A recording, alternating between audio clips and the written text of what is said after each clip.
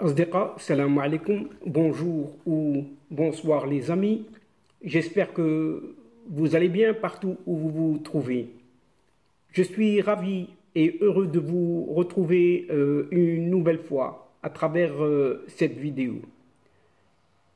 Chers amis, cette 457e séquence vient vers vous pour vous relater ce qu'a dit un ancien gardien de but camerounais à propos de cette sélection nationale marocaine de football qui se trouve actuellement au Mondial 2022 du Qatar, comme vous le savez.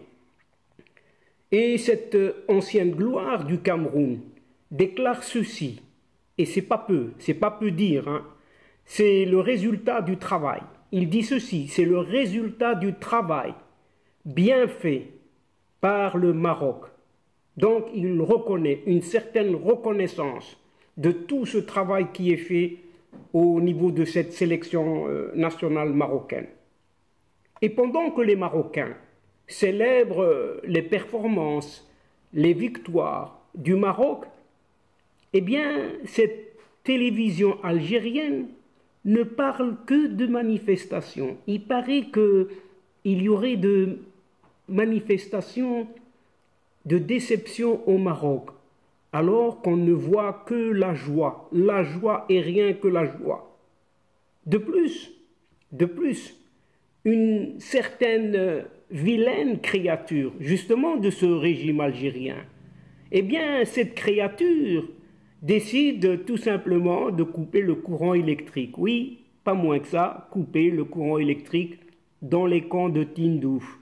Oui, pour empêcher les séquestrés, justement, de ces camps de Tindouf, d'exprimer un certain soutien manifeste à cette équipe nationale marocaine de football.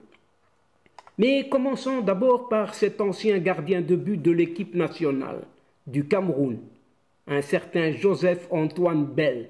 Je ne sais pas si vous vous rappelez de ce fameux gardien. Eh bien, Joseph-Antoine Bell a fait son analyse de cette performance du Maroc.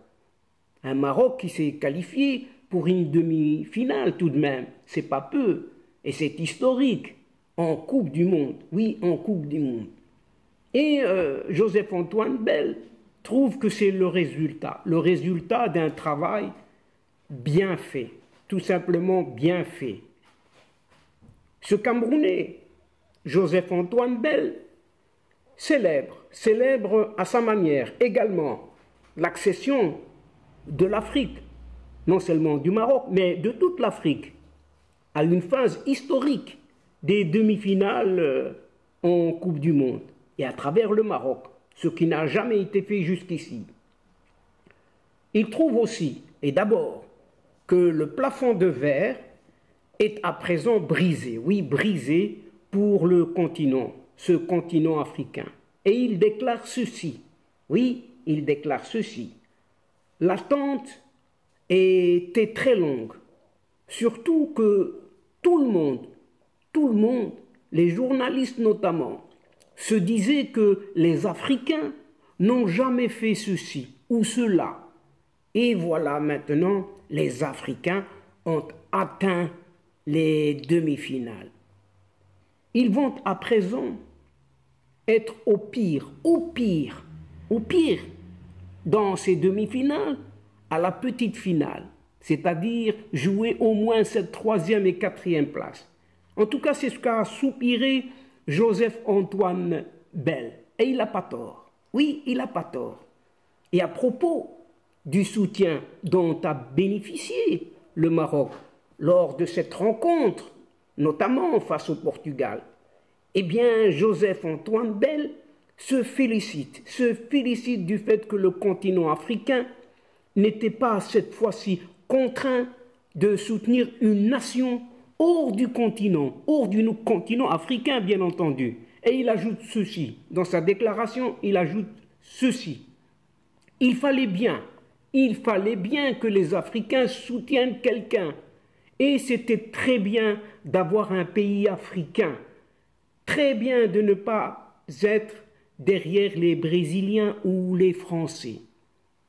Et pour l'ancien gardien de but de l'Olympique de Marseille, oui, c'est parce qu'il a joué dans ce club, dans cette équipe de l'Olympique de Marseille.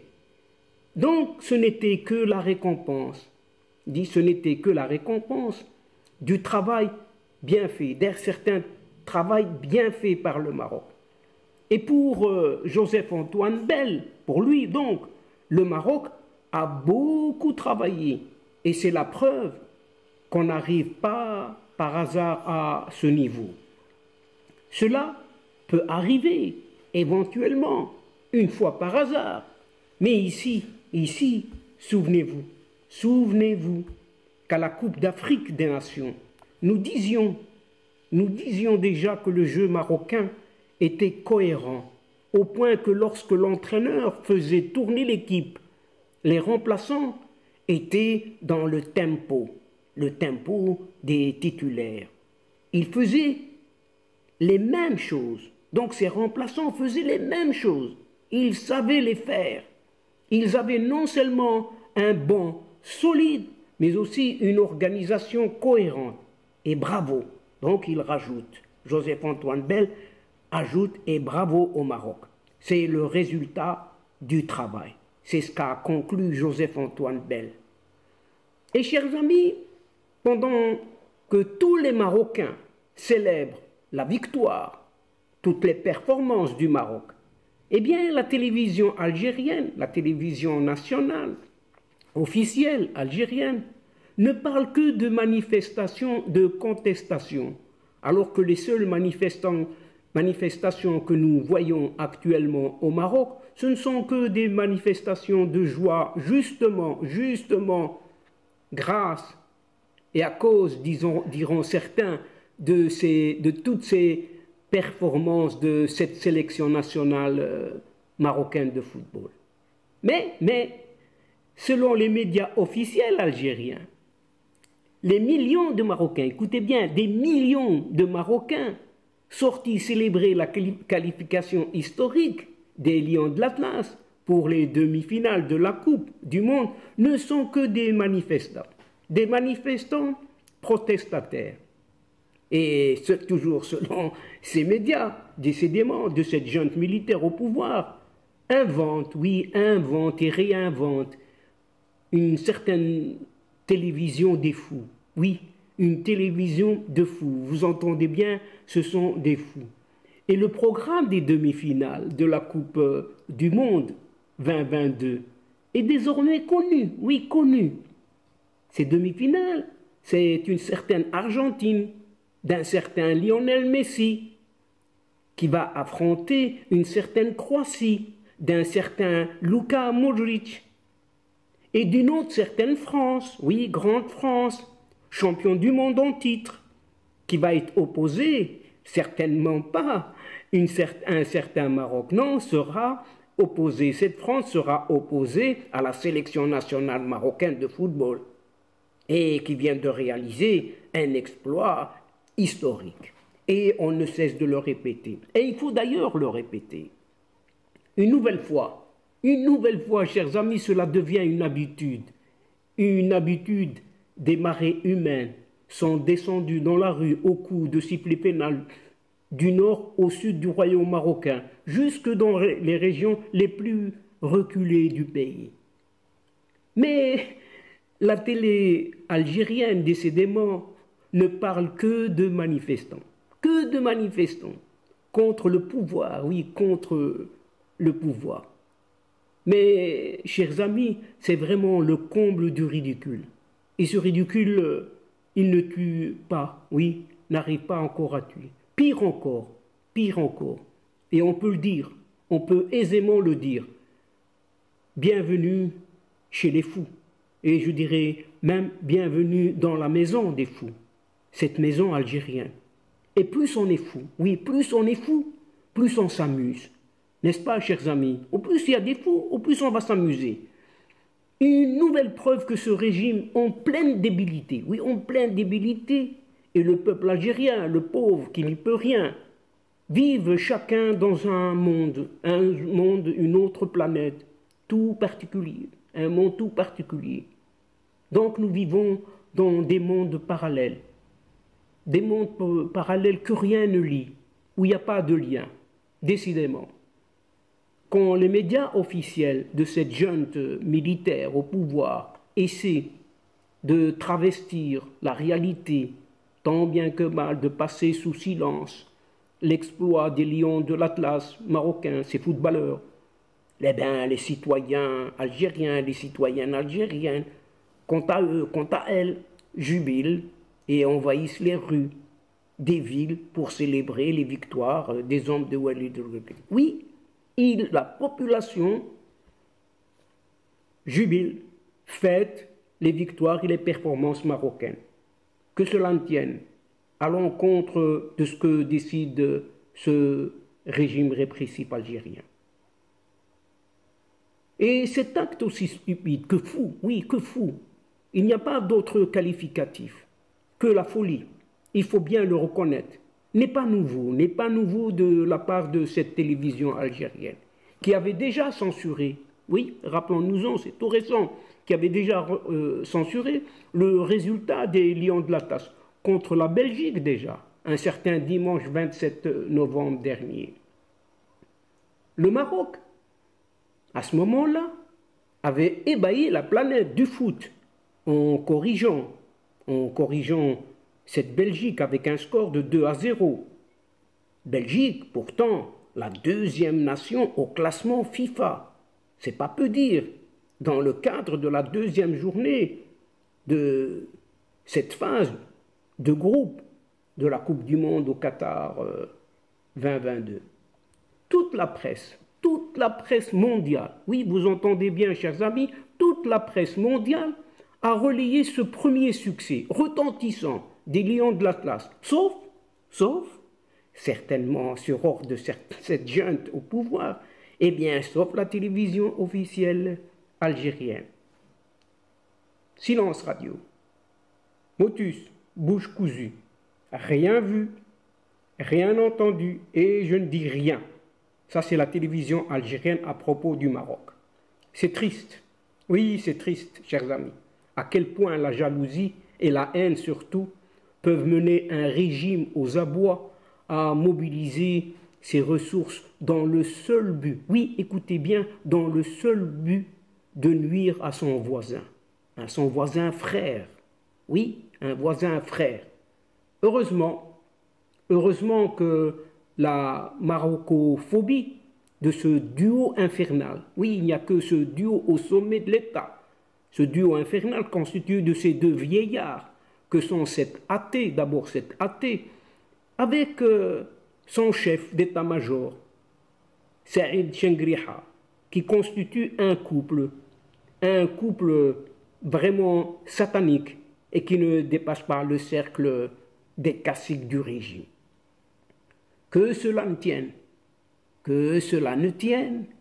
le peuple algérien a célébré tout de même dans plusieurs villes en Algérie cette qualification historique du Maroc, accédant au dernier carré, oui, au dernier carré, les 4 dernières et meilleures équipes du monde de football. Oui, le dernier carré de la Coupe du monde de football, au Qatar donc.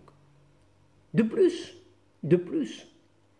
et en application à certaines consignes venues de cette Algérie justement, dont les chaînes médiatiques officielles ont occulté les exploits enregistrés par l'équipe nationale marocaine de football lors de la Coupe du monde au Qatar, eh bien, un certain Polisario, oui, qui est à la botte de ce régime algérien, a coupé purement et simplement le courant électrique. Oui, ils ont coupé le courant électrique. Vous savez où? Eh bien, cette fois, c'est dans les camps de Tindouf. Oui, dans les camps de Tindouf. Pourquoi couper le courant électrique? Eh bien, couper le courant électrique, juste, tout simplement, pour priver les séquestrés de visionner les matchs des Lions de l'Atlas, contre l'Espagne d'abord, comptant pour les 8e de finale de la Coupe du Monde. Et ça a été refait, bis repetita, pour le Portugal par la suite. Et des sources concordantes ont révélé également que cette pseudo-direction du Polisario a eu recours à la coupure de l'électricité avant le match entre le Maroc et l'Espagne d'abord, réalisant que les séquestrés encourageraient, oui, réalisant que les séquestrés à Tindouf encourageraient l'équipe nationale marocaine.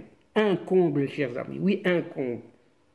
Eh bien, cette attitude reflète bel et bien le discrédit, ou le discrédit de ce Polisario auprès des populations et sa faiblesse surtout sur le plan interne après l'isolement croissant qu'il ne cesse d'accuser sur le plan externe cette fois-ci, du fait des succès diplomatiques remportés par ce Maroc, amenant nombre de pays, oui, nombre de pays à réviser leur position et à retirer purement et simplement cette reconnaissance de cette prétendue RASD. Oui, RASD.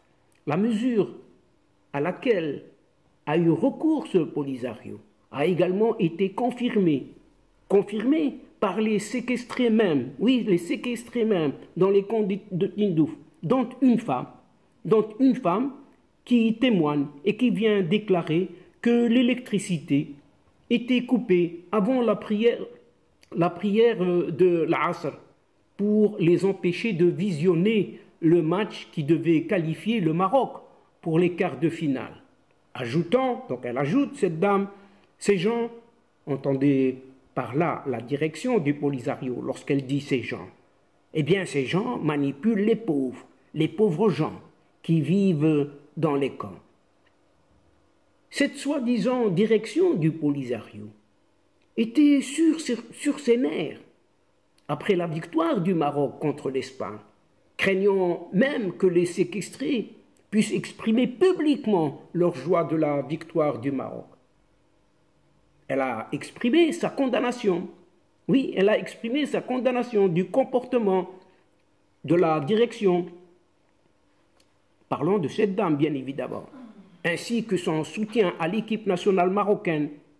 Et elle cite, et elle dit, « Si Dieu le veut, ce sont les Marocains qui vaincront le Portugal. » Et la dame d'ajouter, cette décision du Polisario fait suite à la position des dirigeants algériens cette fois-ci. Et oui, elle montre du doigt justement ces dirigeants algériens concernant la participation de l'équipe nationale marocaine de football à la Coupe du Monde au Qatar. Car les médias officiels algériens ont constamment évité de mentionner le nom de l'équipe nationale marocaine. Oui, juste mentionner le nom de l'équipe nationale marocaine, afin de mystifier sa participation, malgré sa qualification au haut la main, en quart de finale, et maintenant en demi-finale de cette Coupe du Monde. Oui, en demi-finale, vous entendez bien, et c'est historique, bien entendu. Cette démarche s'est poursuivie, même après la victoire face à l'équipe nationale espagnole, lors de la séance des tirs au but. En effet, la télévision officielle algérienne évoquait le départ de l'équipe nationale espagnole de la capitale qatari, Doha, après son élimination au 8e de finale. Quant au match, il a été difficile pour eux, car il a atteint les prolongations, puis les tirs au but, ce qui a conduit à l'élimination de cette roja, la roja espagnole, sans indiquer expressément que les Espagnols ont été éliminés par cette magique équipe nationale marocaine. Cet état, décidément, cet état de fait a été rapporté, vous savez par quel journal? Eh bien, par un journal tout à fait loin de cette junte militaire et tout à fait loin de ce Polisario. Même s'ils sont tout près, à côté d'une frontière, d'une certaine frontière.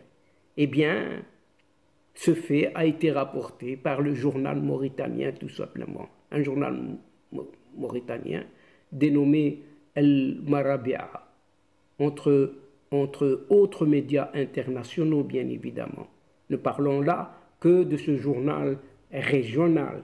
Quant aux médias internationaux, c'est une autre question, chers amis. Et donc, chers amis de la chaîne, c'est ici que prend fin cette séquence en prenant congé de vous, tout en espérant vous retrouver bientôt avec un immense plaisir. En tout cas, merci pour votre fidélité en nous écoutant, en nous suivant jusqu'au bout des séquences. Mais n'oubliez pas de nous soutenir en vous y abonnant afin d'être informé très rapidement. Aussi, n'hésitez surtout pas de partager au grand maximum autour de vous vos séquences vidéo, bien entendu. Pour ma part, il ne me reste plus qu'à vous dire au revoir les amis. Al-Asdiqa, salamu alaikum wa rahmatullah wa barakatuh. À la prochaine fois et à bientôt. Ila liqa fi hissa ukhra. Inch'Allah. Ma'a salama.